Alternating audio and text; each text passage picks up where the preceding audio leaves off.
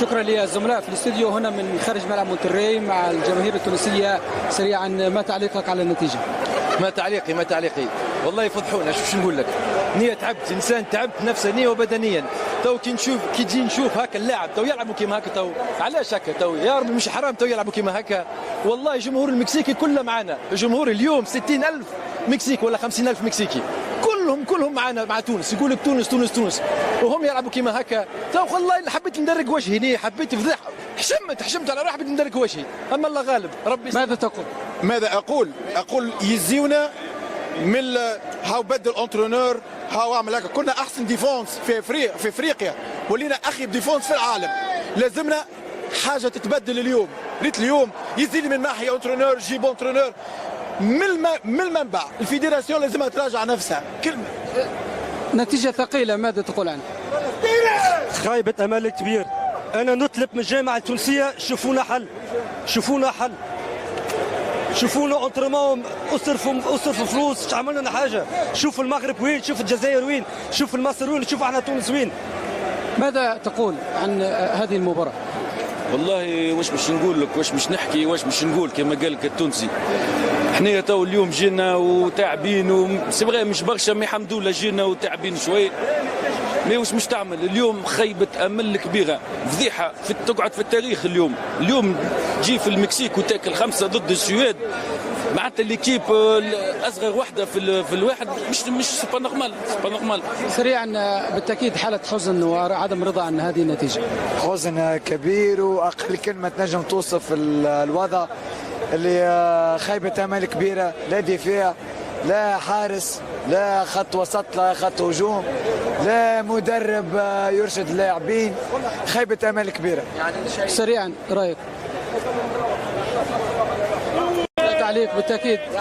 يعني شيء يعني انت ياسر يثنى له الجانبي، يعني شيء سخيف. يعني تونس بلا روح، معناتها المنتخب التونسي بلا روح. المنتخب التونسي معناتها عار على المنتخب التونسي اللي صار. عباد جات من انحاء العالم، جاوا من اوروبا، من امريكا الشماليه، من كندا، من امريكا. معناتها شيء عار. شكرا لهذه الجماهير التي كانت معي هنا خارج الملعب. عودة للزملاء في الاستوديو. شكرا لجابر. هذا الانفعال ربما يبدو منطقيا من الجماهير التونسية التي ذهب جزء كبير منها للآلاف من الكيلومترات لتشجيع المنتخب التونسي ولحضور هذه المباراة هناك في مونتري. لكن أحد مشجعين كابتن تيسير، كابتن كريم قبل قليل، مشجع قال الفريق لا يستهل في المجموعة. كابتن كريم قال على الورق يبدو ربما المنافس الأقل.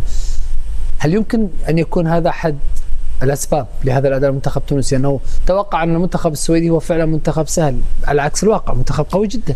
لا أكيد طبعا.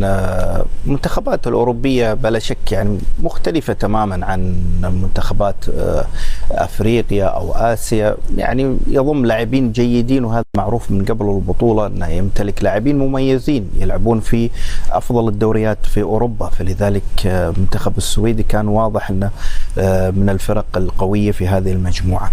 لكن هو التصفيات شيء وكاس عام شيء. شفنا ارقام ونتائج تونس في التصفيات، وذكرنا في بدايه الاستوديو ان السويد لم تحقق انتصار، تاهلت عن طريق دوري الامم، لكن الان الوضع مختلف كما صحيح. بس التصفيات يعني في فرق بين القارتين كمستوى فني عالي، يعني عالي اكيد بلا شك. القاره الاوروبيه في رتم مختلف تماما. بس حتى الفرق موجود بين اسيا واوروبا، وشفنا فوز كوريا الجنوبيه مثلا. شوف كوريا الجنوبيه واليابان حاله استثناء في آسيا، لأن اشتغلت بشكل كبير في بس كانوا عاديين في التصفيات مثل السنوات السابقة صح؟ نعم. استراليا تركيا. نعم، استراليا وتركيا. هذه ممكن من المفاجآت صراحة، لأن تركيا تمتلك أسماء. واستراليا كانت عادية في التصفيات جدا، يعني حتى تغيروا شكل فريقهم بشكل كبير. ولكن ممكن زعل الجمهور التونسي مبرر، لأن الجمهور التونسي حار دائما. يعني حتى لعيبتنا، يعني ممكن أنا تفاجأت أن المنتخب التونسي ما ظهر على الأقل بالشراسة لأن المنتخب التونسي أو شمال أفريقيا معروفين بالشراسة، حتى لو ما تكون أدائك في الملعب بشكل جيد، ولكن دائما هناك شخصية داخل الملعب وفي شراسة كبيرة على قتالية على الكرة، الثنائيات في نص الملعب، هذه كلها ما كان موجودة. ممكن منتخب تونس من سنوات طويلة ما لعب بالشكل هذا، لكن الشعب التونسي يعني ممكن زعل على أداء الفريق اللي ما كان يعني صحيح. في التصفيات المنتخب كان ممتاز وكان متماسك، ولكن مباريات كأس العالم في رتم مختلف تماما، تحضير له مختلف، التهيئة النفسية مختلفة، فلذلك يعني أدائهم يعني من الناحية الشراسة لم تكن موجودة في مباراة اليوم. طبعا ننتقل إلى زياد في تونس نستمع كذلك لردود أفعال أخرى من جماهير المنتخب التونسي في بلادهم. نتابع. مرحبا مجددا. طبعا نرصد آراء الجماهير التونسية بعد أولى لقاءات المنتخب التونسي أمام السويد. اللقاء كيفاش تبعته اليوم؟ اكيد نتيجه عكس انتظارات. ناس معناها مصبحه للصباح، معناها وجيعه كبيره ياسر، يعني 5-1 نتيجه صعيبه على الاخر. يعني تونس بتاريخها يعني في كاس العالم نتصور عمرها ما صارت 5-1، هذه مؤلمه على الاخر. لازم مراجعه تامه يعني للاطار الفني للجامعه، مراجعه تامه يعني هذا يعني شعب تونس ورايه تونس راهو ما لازمش هكا نذلوا رواحنا زاد، فهمتني؟ لازم كيما تشوف انت المروك والجزائر، يعني نحن زاد عندنا ما نقولوا في رواحنا لهنا ما يجيش، دونك لازم مراجعه. من امس الى اليوم الجمهور حاضر، لكن النتيجه كانت خارج توقعات. الجمهور بالطبيعه عمل اللي عليه، الجواريت ما كانوش قد مستواه، كلينا 5 من عند السويد، 5 من عند بلجيكا، خلينا فضيحه قدام العباد، ما شافوش كيفاش المغرب كورت، قعدنا كان احنا فضيحه، ما شرفونيش الحقيقه. كنت تتوقع نتيجه اليوم؟ لا امبوسيبل تتوقع نتيجه اليوم، تتوقع 2-1 تخسر 3-1، لما توصل 5 برجوليه فضيحه على الاخر. لازم مراجعه الناس الكل. من امس لليوم حاضرين يعني كل الجماهير كل الاصناف، يعني النتيجه ما كانت خارج توقعات. الجمهور مضحي بايت مصبح يا بيك ربي، جوارات الحق تعبت تمام، نتيجه هزيله برشا 5-1، جمله ما كناش متوقعينها، وان شاء الله برك ما تعودش تكون هزيمه ساحقه لتونس كونتر اليابان. تحيا تونس. الجمهور كان في الموعد للاسف خارج توقعات. كيفاش تبعت اللقاء؟ كنت تتوقع النتيجه اليوم؟ ما كنتش اتوقع النتيجه اليوم، كان عندنا امل نرجعوا شيء احسن في الدين، كان خسرت مع السويد، جابون باش تعمل مصباح ما كنتش يقول حاضرين لاخر دقائق، واكيد تبعتوا من بدايه اللقاء لنهايته. اللقاء يقول لي ما نعرفش كيفاش تبعتوه، كيفاش شنو نجم نخرجوا به اليوم؟ نحن ما خرجنا بشيء، تونس العمر ديما تلقى الجمهور هو اللي يجيبهم الاطراح، مش الجوارات اللي تجيب. ان شاء الله يا رب ينورونا، على الاقل يزون راسنا، نحن مش هما لعبوا نحن لعبنا، جمهور حاضر، عبيد مصبحه، فهمتني ولا؟ عبيد ديبلاسي لامريكا، خديه بفلوس برشا حاجات، ومكسيك مشيو ديبلاسيو لاي بلاصه، نحن جمهور يجيبوا مش جوارات. اختم معك، اللقاء خارج توقعاتكم وخارج انتظاراتكم اللي كنتوا تتمنوها اليوم. والله على الاخر بالتشكيله طارق سيف بن حميده والعادي طارق شامبيونات. ليش حكايه بن حميده والعادي؟ هو طبعا المدرب طبعا هذه كانت اراء الجماهير التونسيه من منطقه المشجعين في تونس العاصمه وتحديدا من سيدي بوسعيد. شكرا لزياد ولمشجعي تونس الذين بقوا حتى الساعات المتقدمة من صباح هذا اليوم في تونس لمتابعة هذه المباراة. عندما نتحدث عن المنتخب التونسي، عن العناصر تحديدا، هناك من يرى بأن هذا الجيل بين قوسين هو جيل فقير فنيا، على الرغم من أن معظم لاعبي تونس تقريبا كحالة الجزائريين والمغاربة يلعب الجزء الأكبر منهم في أوروبا، لكن في أندية أقل بكثير من لاعبي من لاعبي المغرب أو من لاعبي الجزائر. هل هذه المشكلة؟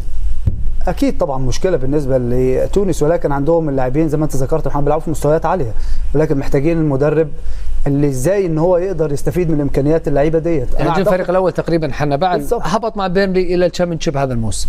هبط، بس هو كاداء المغرب فيها ناس في ريال مدريد وفي اكبر الانديه بكل تاكيد، في باريس سان جيرمان ومانشستر يونايتد.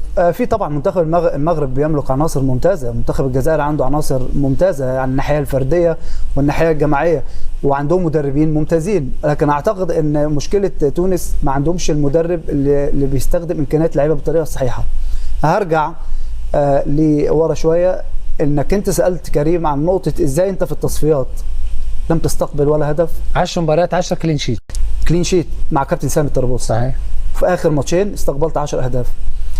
انا اشوف ان اقاله كابتن سامي كان خطا كبير جدا من الاتحاد التونسي. اولا عندك مدرب صعد كاس عالم، 10 مباريات 9 مكسب، هو دربهم 7 و8، معظم التصفيات كان هو المدرب. كلين شيت في ال10 مباريات. ممكن تكون اخفقت في مباراه او اثنين في بطوله افريقيا، لم يحالفك الحظ، وارد جدا في كره القدم، ولكن ما تنساش الانجاز اللي عمله. هي مباراه نيجيريا لانه هو خرج بركلات ترجيح. مباراه مالي خسر نيجيريا، خرج من مباراه مالي بضربات ترجيح، ولكن ده وارد في كره القدم انك ممكن تخرج من بطوله، سوء حظ سوء توفيق، لكن وارد. لكن ما تنساش الانجاز الكبير ان المدرب عمله اللي هو الوصول لكاس العالم بطريقه ممتازه. يمكن الفريق الوحيد او المنتخب الوحيد في افريقيا اللي صعد كاس العالم بكلين شيت. طيب مش ممكن كلامنا كله يتغير لو شفنا مباراه مختلفه في الجوله الثانيه وتغير الاداء؟ لا اعتقد يا محمد بالطريقه ديت صراحه. انت ما تشوف في مؤشرات؟ كره القدم بتعطيك معطيات دائما في كره القدم.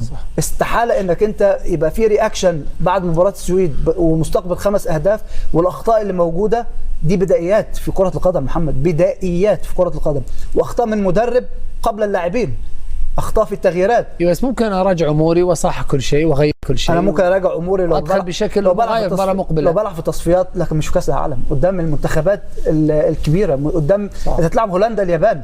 انت شفت مباراه هولندا اليابان النهارده، مباراه سريعه، مباراه فيها اهداف، مباراه فيها بس الايجابي انها انتهت بالتعادل، يعني اثنين عندهم نقطه، يعني ما زال عند تونس فرصه. اكيد عند تونس فرصه، في كره القدم دايما بتعطيك فرصه، ولكن مش بالاداء ده، مش لازم المدرب يصحح اخطاء الاول قبل اللعيبه. طيب اخطاء المدرب في التغييرات، اخطاء المدرب في بدء اللاعبين مش في اماكنهم الاساسيه، كل الامور ديت لازم تصلح في 3-4 ايام القادمه قبل المباراه القادمه. متفق ولا انتم متشائمين بزياده؟ لا انا بتفق مع احمد. مش قاسيين شويه؟ يعني كانكم حطيتوا حكم مبدئي بان ربما في هذا كاس العالم هذه تكون اول مره تخرج تونس ب3 هزائم، هذا لم يحدث تاريخيا. لا انا اتكلم عن المباراه اليوم اللي شاهدته اليوم. من عمر ما في مؤشرات تعطينا انه ممكن نشوف منتخب مغاير في الجوله المقبله. القدم الحاجه الايجابيه في كره القدم انه تعطيك فرص. يعني اكيد ونتمنى ان فما رياكشن تصير، وانا متاكد ان صعب جدا ان نتعاود مباراه مثل كارثيه مثل المباراه هذه. المدرب اكيد يراجع نفسه، اكيد اللاعبين تحفيز كبير، مسؤوليه كبيره اكيد، لكن المباراه اللي شاهدنا اليوم مباراه عندي من عمري شفت مباراه المنتخب التونسي بالطريقه هذه وبال يعني السجاده هذه يعني سيئه جدا على كل المستويات. لم ننجح في اي حاجه على مستوى يعني التكتيكي، على مستوى يعني اللعب، على المستوى الفني، اخطاء فرديه، مدرب لم يتصرف من اول المباراه، من التشكيل الاول، الاخراج اخر لاعب لم نتصرف بالشكل الجيد. مش نرجع كلمتين على مقارنه المنتخب التونسي بالمنتخبات المغاربيه يعني الاخرى، المغرب او الجزائر. صحيح لاعبين منتخب الجزائر والمغرب يلعبوا ينشطون تاريخيا، كانوا دائما ينشطون في بطولات كبيره، لكن المنتخب التونسي والمنتخب المصري مغاير. عندنا بطولات كانت قويه، وعندنا لاعبين في الدوريات كانت قويه وكانت تسيطر في افريقيا على مستوى الانديه وكذلك على مستوى المنتخبات، وهذا اللي فقدناه في السنوات الاخيره. لم يعد لنا كره قدم على مستوى الانديه، على مستوى التكوين. لا وبسهوله تخسر لاعبين اللي من اصول تونسيه لجنسيات اوروبيه اخرى، وتزيد تخسر انت منهم ياسين العيار اللي سجل مرماك اليوم هدفين، وتزيد ما تشتغلش على لاعبين اللي قادر يعطيك اضافه كبيره. لا احنا في سبات، يعني لاعبين المنتخب المغربي يشتغل، يعني فما هيئه كامله تشتغل على اللاعبين مزدوجين. المغاربه كابتن كانوا على وشك اقناع لامين يامال بتمثيل المنتخب المغربي.